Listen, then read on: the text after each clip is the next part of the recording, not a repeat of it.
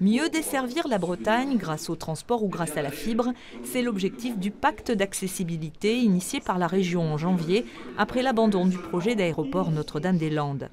Un pacte au cœur des discussions cet après-midi au Conseil régional.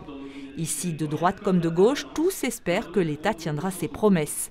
Car Édouard Philippe s'est engagé à renforcer les dessertes vers la Bretagne, reste à en connaître les modalités. La priorité sera-t-elle donnée au tout TGV? Pas si sûr, car si l'arrivée de la LGV en juillet dernier à Myrène à 1h30 de la capitale, c'est encore l'incertitude pour une ligne à grande vitesse vers Brest et Quimper. Ces projets ne sont pas retenus au niveau gouvernemental.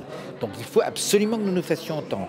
Nous fassions entendre fort. Les lignes principales, c'est la responsabilité de l'État. Et moi j'attends de l'État qu'il respecte ses engagements et qu'il fasse en sorte que Brest et Quimper, qui se sont de fait proportionnellement éloignés de Rennes et de Paris, puissent retrouver une place légitime. Du côté du FN, pas question en revanche de privilégier le tout TGV. Nous pensons que le TGV coûte extrêmement cher aux contribuables et qu'il coûte extrêmement cher aussi à l'usager.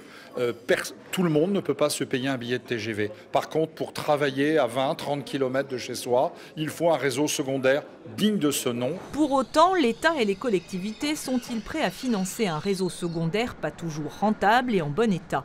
En Bretagne, plusieurs lignes nécessitent des travaux et les usagers s'inquiètent fréquemment de l'avenir de certaines liaisons.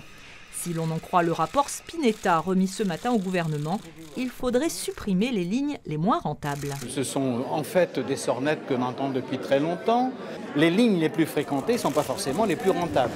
Il est bien dans nos intentions de continuer à tout mettre en œuvre, comme nous le faisons déjà depuis un grand nombre d'années, pour faire en sorte que l'ensemble des lignes ferroviaires de Bretagne soient confortées. Reste à trouver un juste équilibre entre État et région. Tout pourrait se jouer avec le projet de loi sur la mobilité intérieure qui sera présenté au printemps. Cette nouvelle génération qui invente de nouvelles musiques, puisée dans nos racines et celle d'ailleurs. Cette nouvelle génération...